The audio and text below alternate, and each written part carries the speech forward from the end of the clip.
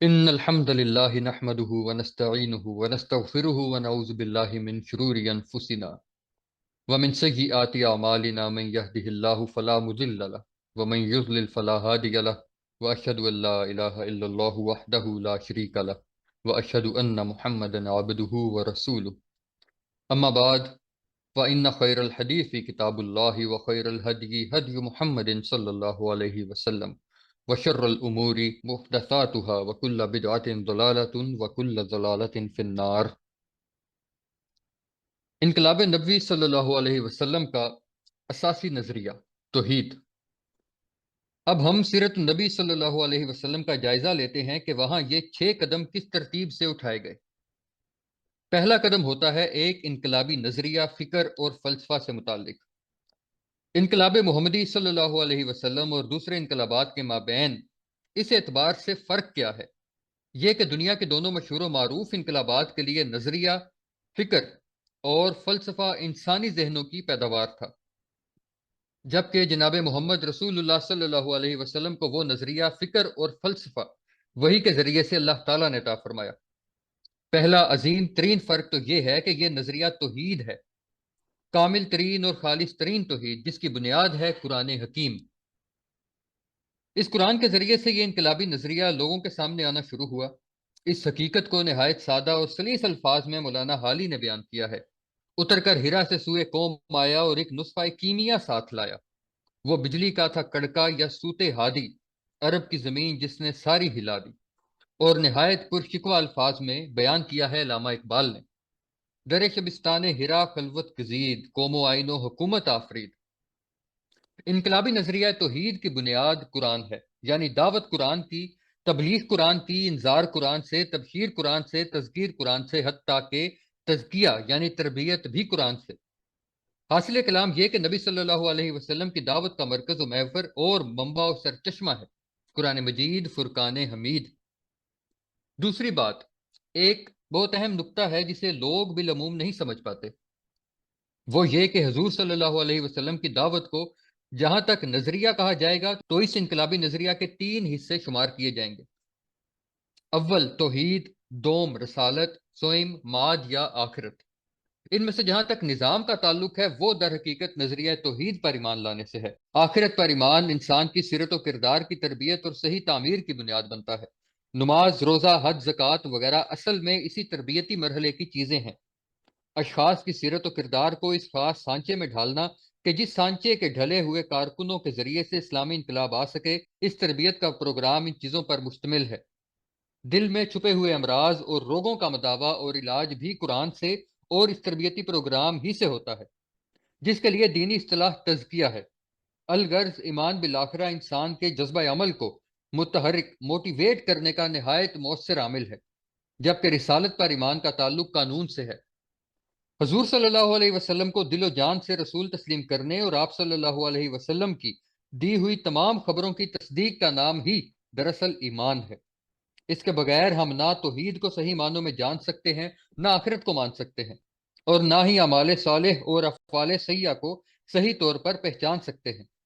یہی مطلب و مفہوم اور مقصود ہے نبی اکرم صلی اللہ علیہ وسلم کے اس ارشاد مبارک کا، تم میں سے کوئی شخص مومن ہو ہی نہیں سکتا جب تک اس کی خواہش نفس اس کی ہدایت کے تابع نہ ہو جائے جو میں لے کر آیا ہوں۔ اس توحید کا ایک اعتقادی پہلو ہے، یعنی کسی اور کی عبادت اور پرستش نہ ہو سوائے اللہ کے، اللہ تعبدوا الا ایاہ، کسی کو رکوع و سجدہ نہ کیا جائے سوائے اللہ کے، کسی سے دعا نہ کی جائے سوائے اللہ کے، فلا تدعوا مع اللہ احدا، اس کا کوئی ند، اس کی کوئی ضد، اس کی کوئی اولاد نہیں ہے، اس کا کوئی کف، اس کا کوئی ہمسر نہیں ہے۔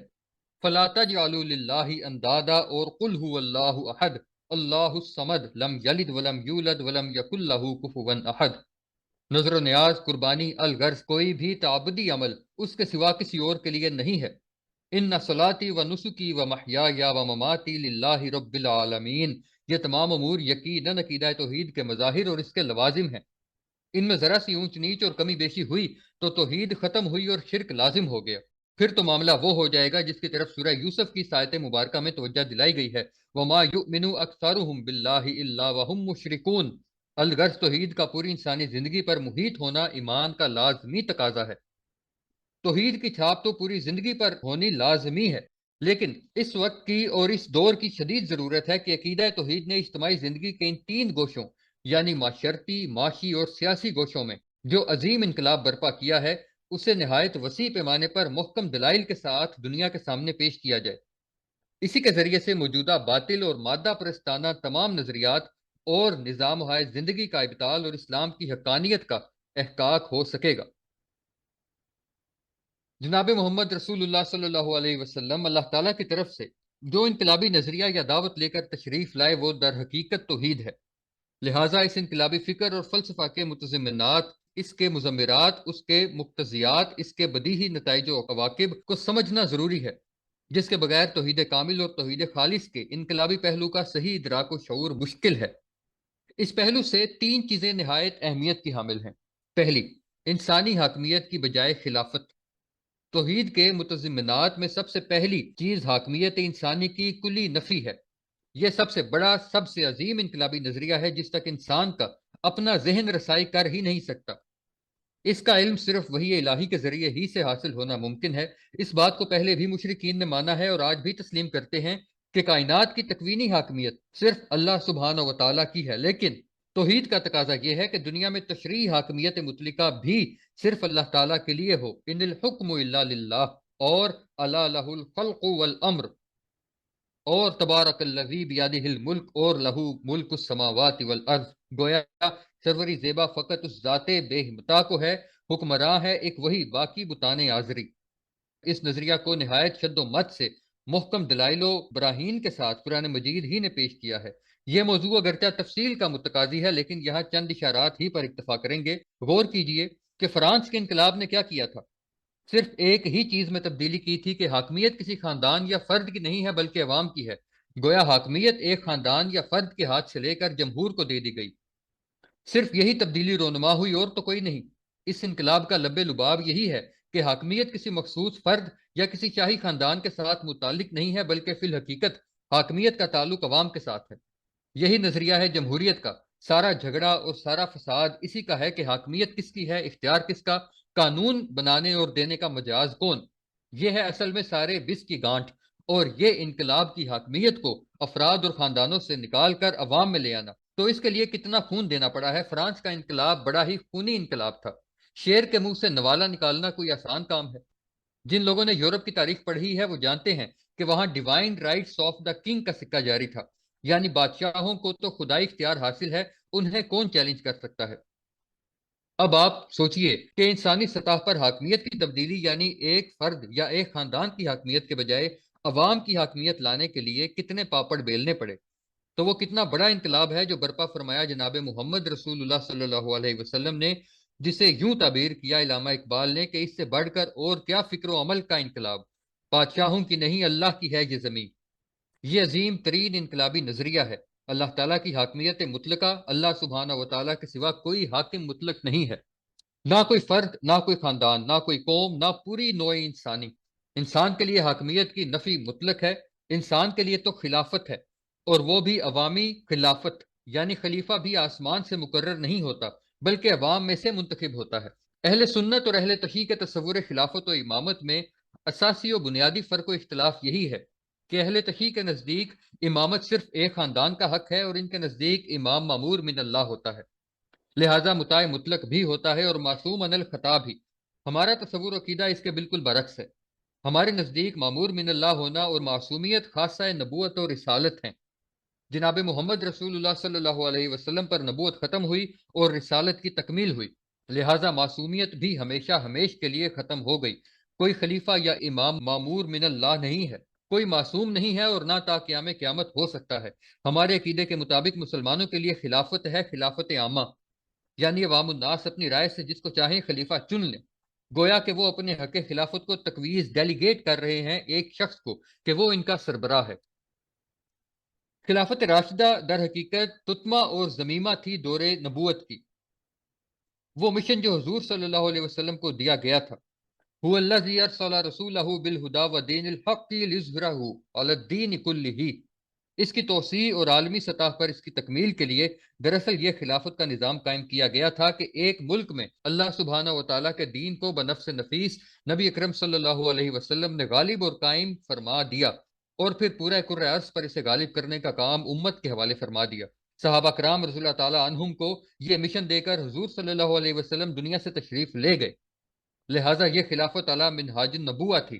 اسی لیے صدیق اکبر پہلے خلیفہ راشد نے اپنے لیے خلیفۃ الرسول اللہ کا لفظ اختیار کیا، لیکن آئندہ مستقل طور پر اسلامی خلافت کا سربراہ خلیفۃ المسلمین یا امیر المؤمنین کہلائے گا، یعنی اصل میں تو تمام مسلمان خلافت کے اہل اور حامل ہیں، لیکن وہ جب اپنی رائے سے کسی کو خلافت کی ذمہ داری تفویض کریں گے تو وہ مسلمانوں کا خلیفہ ہوگا۔ یہ ہے نظریہ توحید کا سب سے پہلا انقلابی تصور، جس کا تعلق سیاسی ڈھانچے سے ہے۔ دوسرا، ملکیت کے بجائے امانت۔ اسی نظریہ توحید کا بدیہی نتیجہ، جسے اس دور میں پوری طرح کھول کر بیان کرنے اور واضح کرنے کی ضرورت ہے، انسان کی ملکیت مطلقہ کی نفی کامل ہے۔ جیسے کوئی حاکم مطلق نہیں، ویسے ہی کوئی مالک مطلق نہیں۔ حاکم حقیقی بھی اللہ تعالیٰ ہے اور مالک حقیقی بھی اللہ تعالیٰ ہے۔ قرآن مجید میں جس طور پر مختلف اسالیب سے اللہ تعالیٰ کی حاکمیت مطلقہ کا اثبات فرمایا گیا ہے، اسی طرح اللہ تعالیٰ کی مطلقہ ملکیت کا بھی مختلف اسالیب سے اثبات کیا گیا ہے۔ للہ ما فی السماوات والارض اور لہو ما فی السماوات وما فی الارض کے الفاظ اللہ تعالیٰ کی اسی ملکیت مطلقہ کے اظہار کے لیے قرآن مجید میں متعدد بار آئے ہیں۔ یہاں للہ اور لہو میں حرف جار لام کے متعلق تمام مفسرین کا اجماع ہے کہ یہ لام تملیک بھی ہے اور لام استحقاق بھی۔ پھر سورہ آل عمران میں وَلِلَّهِ مِرَاثُ السَّمَاوَاتِ وَالْأَرْضِ اور سورہ المنافقون میں وَلِلَّهِ خَزَائِنُ السَّمَاوَاتِ وَالْأَرْضِ فرما کر مسئلے کو بالکل واضح کر دیا گیا کہ جس طرح حاکم حقیقی صرف اللہ ہے، اسی طرح کائنات کی ہر شے کا مالک حقیقی بھی صرف اللہ ہے۔ شیخ سعدی رحمۃ اللہ علیہ نے اس مفہوم کو بڑے دل نشین اسلوب سے ادا کیا ہے۔ ایمانت چند روزہ نزد ماست، در حقیقت مالک ہر شے خداست۔ اسی مفہوم کو علامہ اقبال یوں ادا کرتے ہیں: بندہ مومن امی حق مالک است، غیر حق ہر شے کی بینی حالک است۔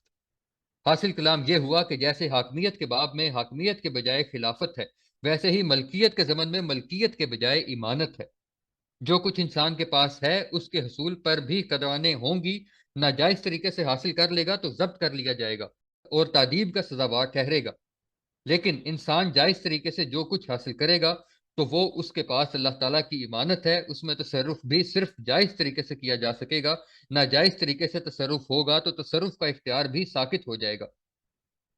یہ بھی بہت بڑا انقلابی نظریہ ہے۔ ایک وہ تصور ہے کہ ذاتی ملکیت کا حق بڑا مقدس ہے، میری شے ہے، میں جس طرح چاہوں استعمال کروں، میرا اختیار مطلق ہے، میں جو چاہوں کروں۔ ملکیت کا مطلب تو یہی ہے کہ یہ میری بکری ہے، میں جب چاہوں ذبح کروں، تم کون ہو پوچھنے والے؟ میرا پیسہ ہے، میں جس طرح چاہوں اسے انویسٹ کروں۔ میں نے شراب خانہ کھولا ہے، میں نے کسی کو مجبور نہیں کیا، جو آ کر پینا چاہے پیے، نہ پینا چاہے نہ پیے۔ میں نے کسی پر جبر نہیں کیا، میں بھی آزاد ہوں، وہ بھی آزاد ہے۔ میں نے کمار خانہ، کباہ خانہ، نائٹ کلب اور انہی قبیل کے کاموں میں اپنا سرمایہ لگایا ہے۔ کوئی ان میں دلچسپی لے یا نہ لے، میں کسی کو مجبور نہیں کرتا۔ لیکن یہ تصور اسلام میں نہیں ہے۔ اسلام میں امانت کا تصور ہے۔ امانت کے مالک نے جس حد تک اور جن پابندیوں کے ساتھ تصرف کا حق دیا ہے، اس حد تک تصرف کر سکتے ہو، اس سے تجاوز کرو گے تو مجرم شمار ہوگے۔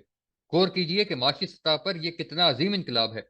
بقول علامہ اقبال، کرتا ہے دولت کو ہر آلودگی سے پاک و صاف، منعموں کو مال و دولت کا بناتا ہے امین۔ تیسری چیز، کامل معاشرتی مساوات۔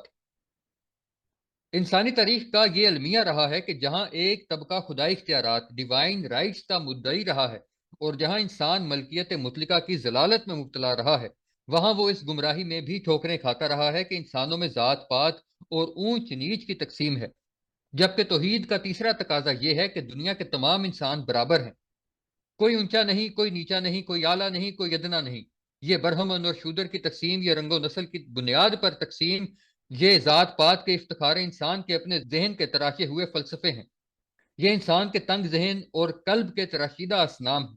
معاشرتی سطح پر توحید کا انقلابی تصور یہ ہے: یا ایہا الناس اتقوا ربکم الذی خلقکم من نفس واحدۃ وخلق منها زوجہا وبث منہما رجالا کثیرا ونساء۔ سورہ النساء۔ اے نوع انسانی، تقوی اختیار کرو اپنے اس مالک اور پروردگار کا جس نے تمہیں ایک جان سے پیدا کیا پھر اس ایک جان سے اس کا جوڑا بنایا اور پھر اس جوڑے سے دنیا میں کثیر تعداد میں مرد و عورت کو پھیلا دیا، یعنی پوری نوع انسانی ایک ہی جوڑے آدم و حوا کی اولاد ہے۔ بدقسمتی سے توحید کے ماننے والوں میں بھی مرور زمانہ اور دوسروں کو دیکھا دیکھی اونچ نیچ کی تقسیم آ گئی ہے۔ چنانچہ سید زادہ، وہ چاہے واقعی سید ہو یا نہ ہو، چاہے زانی اور شرابی ہو، اس کے گھٹنے کو احترام کے ساتھ ہاتھ لگایا جائے گا۔ یہی صورتحال اور یہی تقسیم وڈیروں، زمینداروں اور ان کے مزارین اور پیروں اور ان کے مریدوں کے مابین دیکھنے میں آتی ہے۔ یہ سب کہاں سے آیا؟ ایک طرف نسلی امتیاز کی نفی اور دوسری طرف نسل پرستی کا یہ عالم۔ اگر کامل سماجی مساوات نہیں ہے تو وہ معاشرہ کس درجہ میں اسلامی معاشرہ کہلانے کا مستحق ہے؟ یوں تو سید بھی ہو، مرزا بھی ہو، افغان بھی ہو، تم سبھی کچھ ہو، بتاؤ تو مسلمان بھی ہو۔ یہ ساری تقسیمیں غلط ہی نہیں بلکہ موجب فساد بھی ہیں۔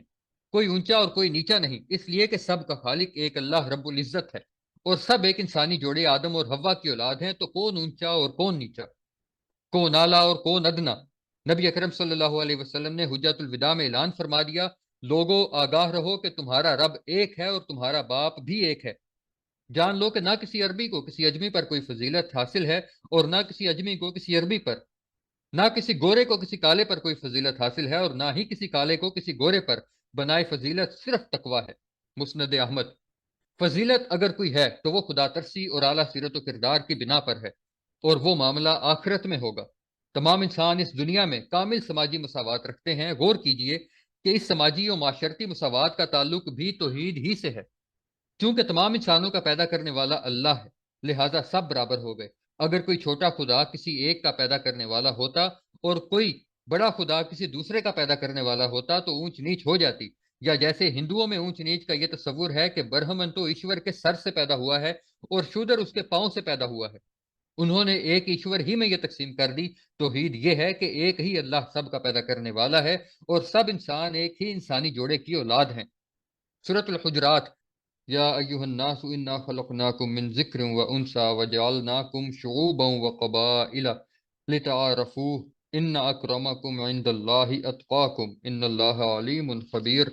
لوگو، ہم نے تم سب کو ایک ہی مرد و عورت سے پیدا کیا ہے اور تمہارے جدا جدا خاندان، قبیلے اور قومیں بنائی تو باہم شناخت اور تعارف کے لیے، نہ کہ فخر و تکبر کے لیے۔ بے شک تم میں سب سے زیادہ عزت دار تو اللہ کے نزدیک وہی ہے جو سب سے زیادہ خدا ترس اور پرہیزگار ہے۔ بے شک اللہ سب کچھ جاننے والا اور باخبر ہے۔ الغرض اسلام کا انقلابی نظریہ ہے توحید۔ اس کی دعوت قرآن، اس کی دعوت قرآن مجید پر مشتمل ہے، لہٰذا دعوت، تبلیغ، تذکیر، انذار اور تربیت و تزکیہ، یہ سب کام ہوں گے تو بذریعہ قرآن۔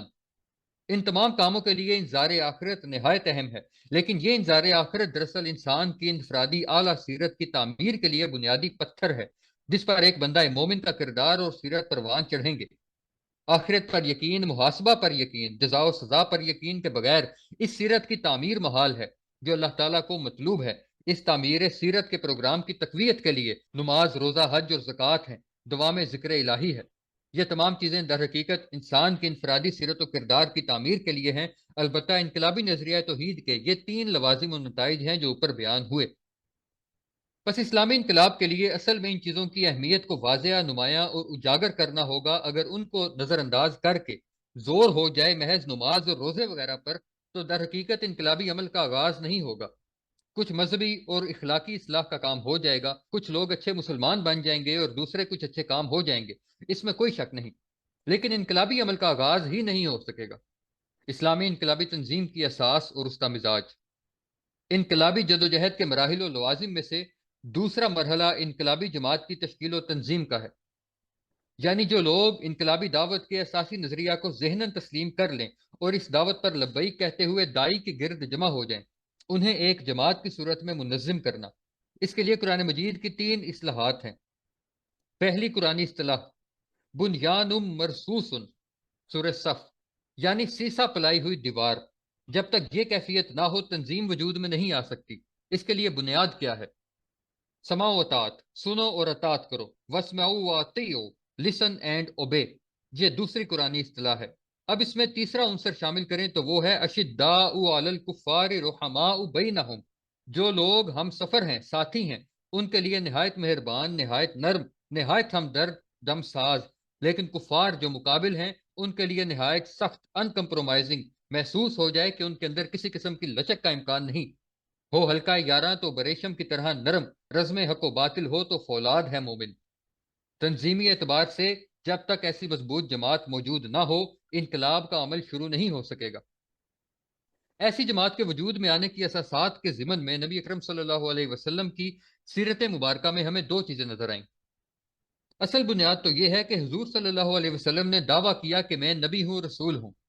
انا ارسلناک بالحق بشیرا و نذیرا، اے نبی صلی اللہ علیہ وسلم ہم نے آپ کو حق کے ساتھ بھیجا ہے، بشیر اور نذیر بنا کر۔ چنانچہ جس نے مان لیا اور جو ایمان لے آیا گویا وہ ہمہ تن ہمہ وجود مطیع ہو گیا۔ یہ اتنی منطقی بات ہے کہ جب تسلیم کر لیا کہ حضور صلی اللہ علیہ وسلم اللہ کے رسول ہیں، من یطع الرسول فقد اطاع اللہ، جس نے رسول کی اطاعت کی تو اس نے اللہ کی اطاعت کی، تو اس کے بعد کسی مسلمان کا کچھ کہنے اور حضور صلی اللہ علیہ وسلم کے فرمان اور رائے کے مقابلے میں اپنی رائے دینے کا حق باقی کب رہ گیا؟ اب وہ چوں چرا نہیں کر سکتا۔ دنیا کے کسی اور قائد، کسی اور رہنما اور کسی اور لیڈر کی بات سے اختلاف ممکن ہے، لیکن رسول اللہ صلی اللہ علیہ وسلم کی کسی بات سے بھی اختلاف ممکن نہیں ہے، اس لیے کہ یہاں تو یہ بات تسلیم کر لی گئی کہ آپ کے پاس علم کا وہ ذریعہ ہے جو ہمارے پاس نہیں ہے، جیسا کہ حضرت ابراہیم خلیل اللہ نے اپنے والد سے فرمایا تھا، یا ابت انی قد جاءنی من العلم ما لم یأتک فاتبعنی اہدک صراطا سویا۔ ابا جان، میرے پاس وہ علم آیا ہے جو آپ کے پاس نہیں آیا تھا، بس میری پیروی کیجئے، میں آپ کو بتاؤں گا سیدھا راستہ کون سا ہے۔ بظاہر یہ الٹی گنگا بہ رہی ہے کہ بیٹا باپ سے کہے، لیکن دلیل یہ ہے کہ حضرت ابراہیم علیہ السلام کو وحی الہی کے ذریعے سے علم حقائق حاصل ہو رہا ہے جو باپ کو حاصل نہیں ہے۔ باقی رہا تجرباتی علم، وہ والد کو زیادہ ہو تو ہو۔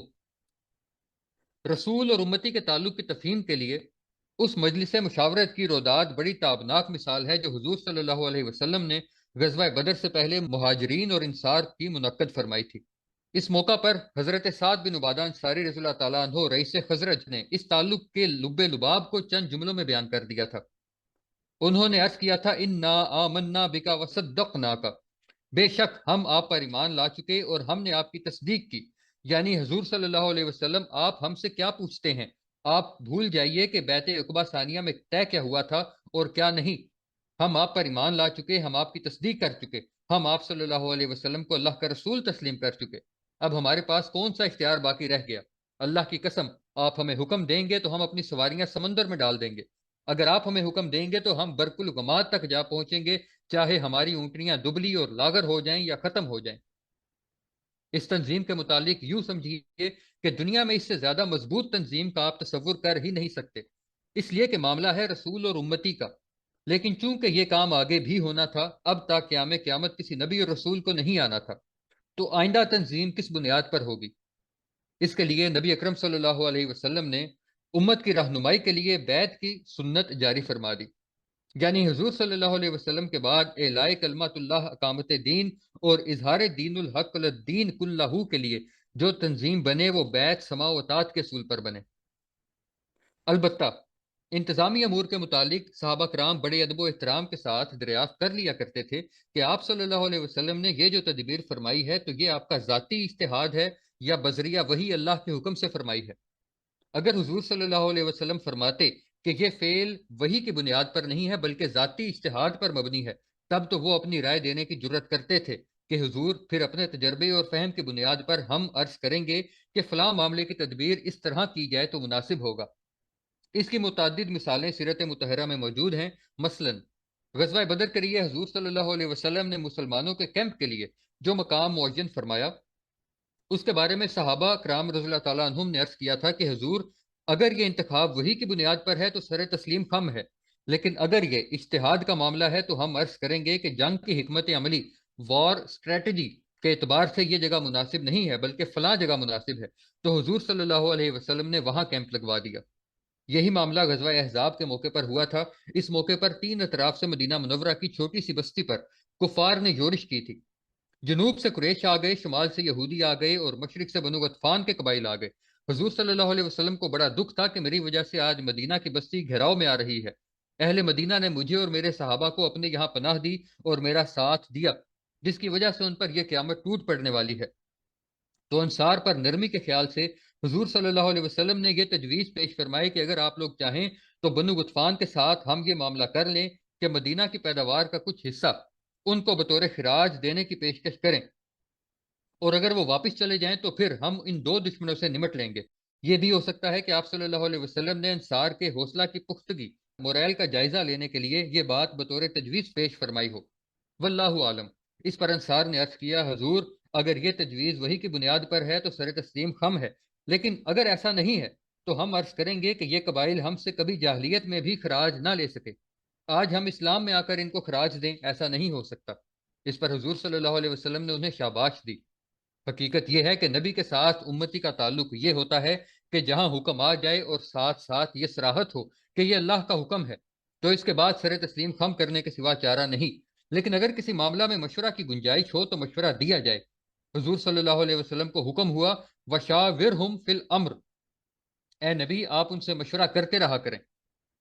فَإِذَا عَزَمْتَ فَتَوَكَّلْ عَلَى اللَّهِ، لیکن جب آپ فیصلہ کر لیں تو پھر اللہ پر توکل کریں۔ وہاں گنتی کی بنیاد پر کبھی فیصلہ نہیں ہوا۔ کئی بار ایسا ہوا کہ حضور صلی اللہ علیہ وسلم نے اپنی ذاتی رائے کے مقابلے میں صحابہ کرام کی رائے قبول فرما لی۔ رسول اور امتی کا تعلق ہی ایسا ہے کہ اس سے زیادہ مضبوط اور منظم ڈسپلنڈ جماعت کا ہم تصور بھی نہیں کر سکتے۔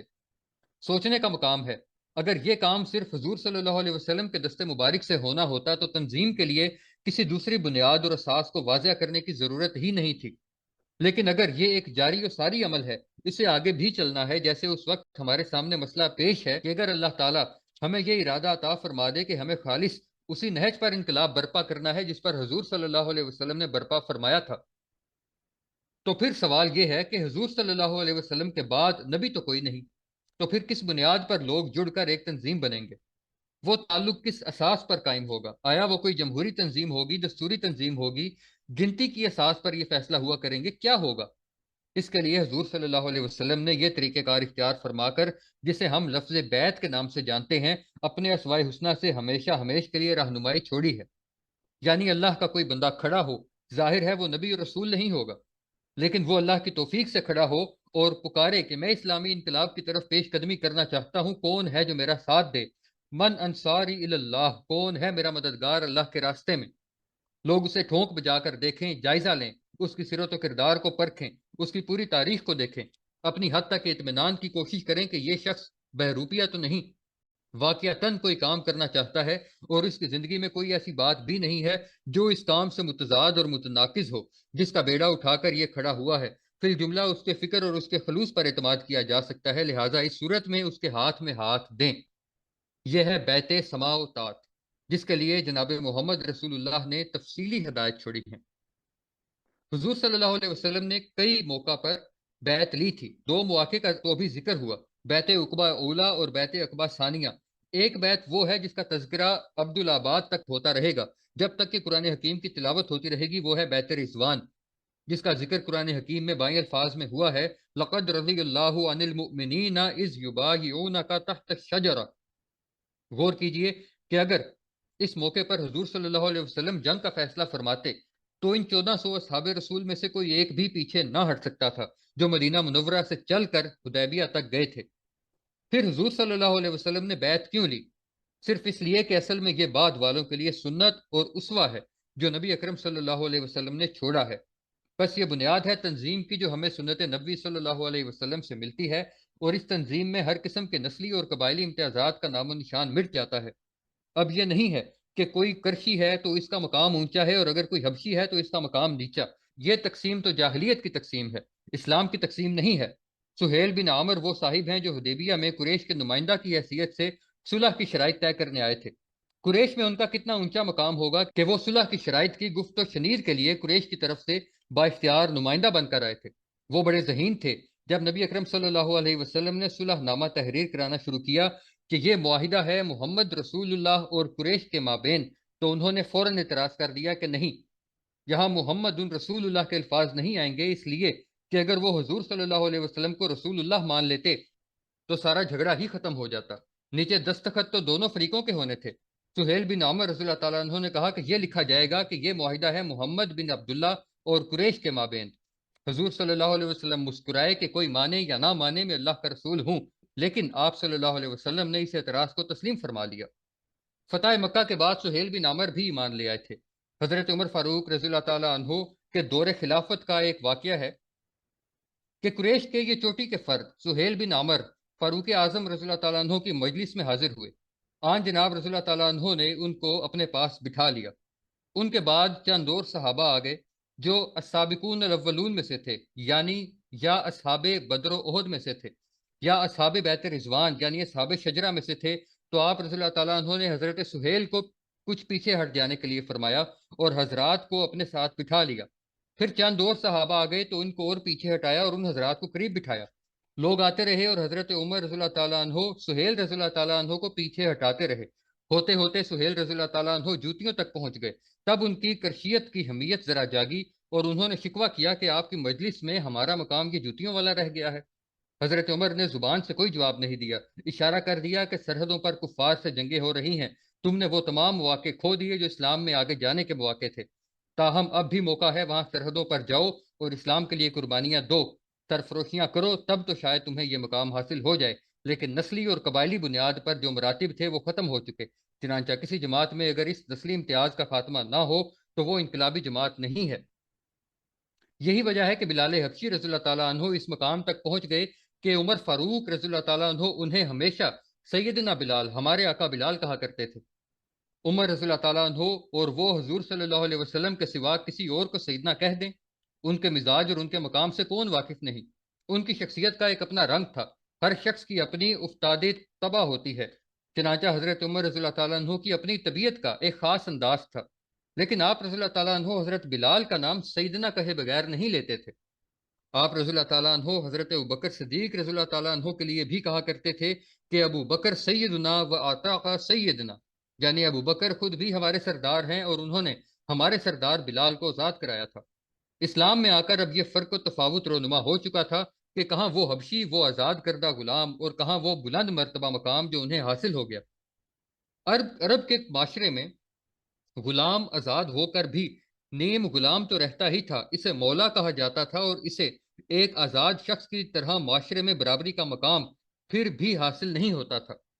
اسی امتیاز کو ختم کرنے کے لیے جناب محمد رسول اللہ صلی اللہ علیہ وسلم نے یہ عملی سبق دیا تھا کہ جنگ موتا میں لشکر کی کمان زید بن حارثہ رضی اللہ تعالیٰ عنہ کے سپرد فرمائی، جو ایک آزاد کردہ غلام تھے، اور ان کی کمان کے تحت جعفر طیار رضی اللہ تعالیٰ عنہ، حضرت علی رضی اللہ تعالیٰ عنہ کے بھائی خالد بن ولید رضی اللہ تعالیٰ عنہ، عبداللہ بن رواحہ رضی اللہ تعالیٰ عنہ، اور نامعلوم کیسے کیسے جلیل القدر اصحاب رسول تھے۔ پھر عین مرض وفات میں آپ صلی اللہ علیہ وسلم نے جو لشکر شام کی سرحدوں کی طرف بھیجنے کے لیے تیار فرمایا تھا، اس کی کمان انہی زید رضی اللہ تعالیٰ عنہ کے بیٹے اسامہ کو سونپی تھی، جن کی عمر بھی اس وقت 23-24 برس کی ہوگی، اور حضرت ابو بکر اور حضرت عمر جیسے اکابر صحابہ کرام ان کے زیر کمان تھے۔ نبی اکرم صلی اللہ علیہ وسلم نے یہ اس لیے کیا کہ پچھلی نسلی اور قبائلی افتخار کے بت اگر ابھی ذہنوں میں بیٹھے ہوئے ہوں تو وہ سب پاش پاش ہو جائیں۔ یہ بالکل نیا نظام ہے جو قائم ہوا، یہ اس انقلابی پارٹی کے لیے نئی درجہ بندی ہے۔ پھر اس انقلابی جماعت میں سماوتات کا معاملہ کس نوعیت کا تھا؟ اس کے لیے دو واقعات کافی ہیں۔ پورے مکی دور میں تمام صحابہ کرام رضی اللہ تعالیٰ عنہ کے لیے حکم یہ رہا ہے کہ چاہے مشرکین تمہیں کتنا ہی ماریں، کتنی ہی ایذائیں دیں، حتیٰ کہ تمہیں ہلاک کر دیں، لیکن تم ہاتھ نہ اٹھاؤ۔ اپنی مدافعت میں بھی ہاتھ اٹھانے کی اجازت نہیں تھی، اور تاریخ میں اس کی شہادت موجود نہیں ہے کہ کسی نے حضور صلی اللہ علیہ وسلم کے اس حکم کی خلاف ورزی کی ہو۔ یاد رہے کہ قرآن مجید میں ایسا کوئی حکم نازل نہیں ہوا تھا۔ جو بد نصیب لوگ سنت کی اہمیت کے قائل نہیں ہیں، ان کے لیے یہ بات خاص طور پر غور کرنے کی ہے کہ مکی دور میں صحابہ کرام کس حکم پر اس شدت اور سختی سے عمل پیرا تھے۔ قرآن حکیم میں تو کہیں جا کر 5 ہجری یا 6 ہجری میں سورۃ النساء میں یہ الفاظ آئے ہیں، الم تر الی الذین قیل لهم کفوا ایدیکم، اے نبی کیا آپ نے ان لوگوں کا حال نہیں دیکھا جن کو حکم دیا گیا تھا کہ اپنے ہاتھ باندھے رکھو؟ لیکن پورے مکی قرآن میں یہ حکم موجود نہیں ہے۔ دراصل یہ حکم اللہ کا نہیں تھا بلکہ محمد رسول اللہ صلی اللہ علیہ وسلم کا تھا، یا یوں کہیے کہ اللہ تعالیٰ نے یہ حکم حضور کو وحی خفی کے ذریعے دیا۔ وحی جلی میں یہ حکم بہرحال موجود نہیں ہے۔ اللہ تعالیٰ نے سورۃ النساء میں اس کی توثیق فرمائی ہے۔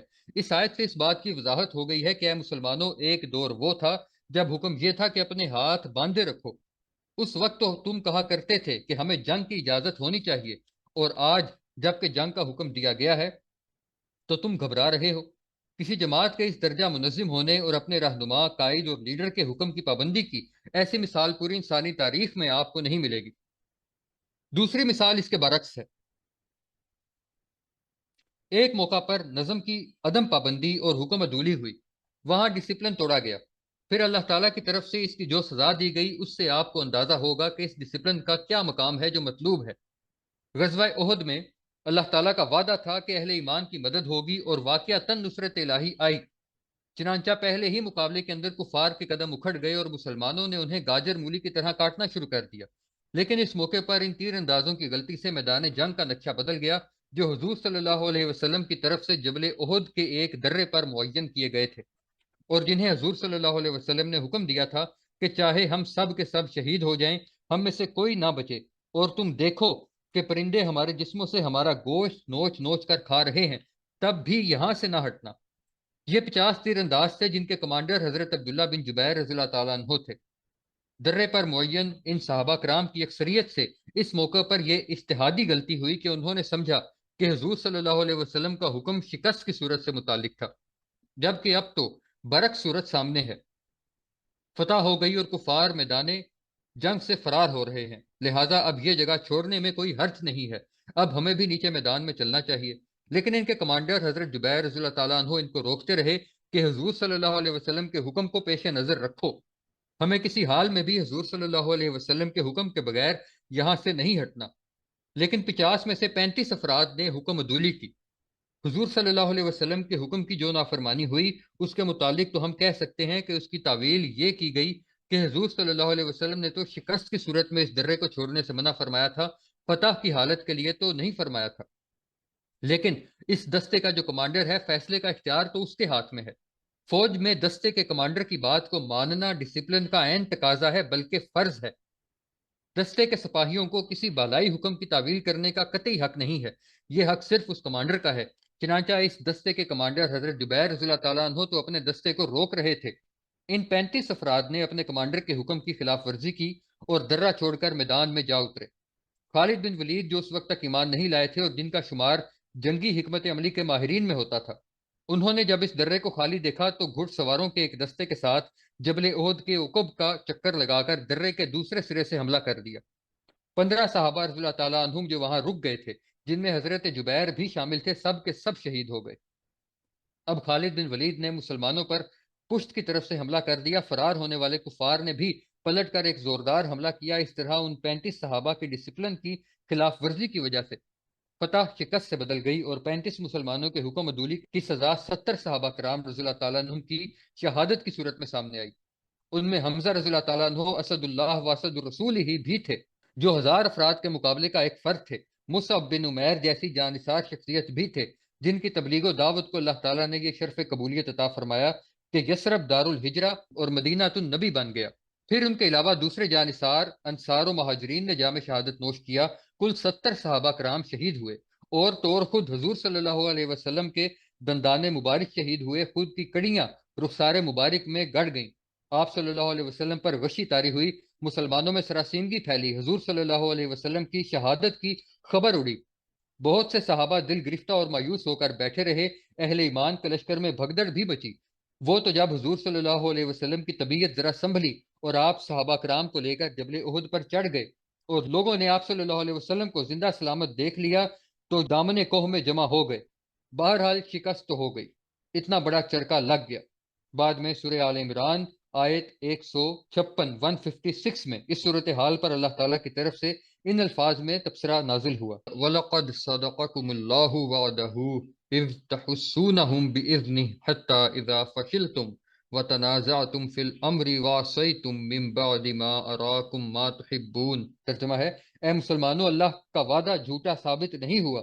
اللہ نے تو تم سے اپنا وعدہ پورا کر دیا تھا جب تم اس کی اجازت سے اپنے دشمنوں کو گاجر مولی کی طرح کاٹ رہے تھے، یہاں تک کہ جب تم ڈھیلے پڑ گئے اور تم نے نظم کے معاملے میں جھگڑا کیا اور تم نے حکم کی خلاف ورزی کی اس کے بعد کہ تم نے وہ چیز دیکھ لی جو تمہیں محبوب ہے، تب ہم نے یہ سزا دی۔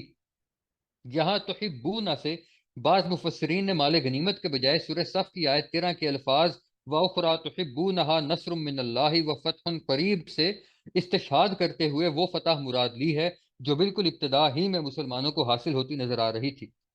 البتہ اس سے اندازہ ہوتا ہے کہ اسلامی انقلاب کے لیے کیسی تنظیم مطلوب ہے اور اس میں امیر کی اطاعت کی کیا اہمیت ہے، چاہے وہ 50 افراد کے دستے پر ہی کیوں نہ مقرر کیا گیا ہو۔ وآخر دعوانا ان الحمد للہ رب العالمین۔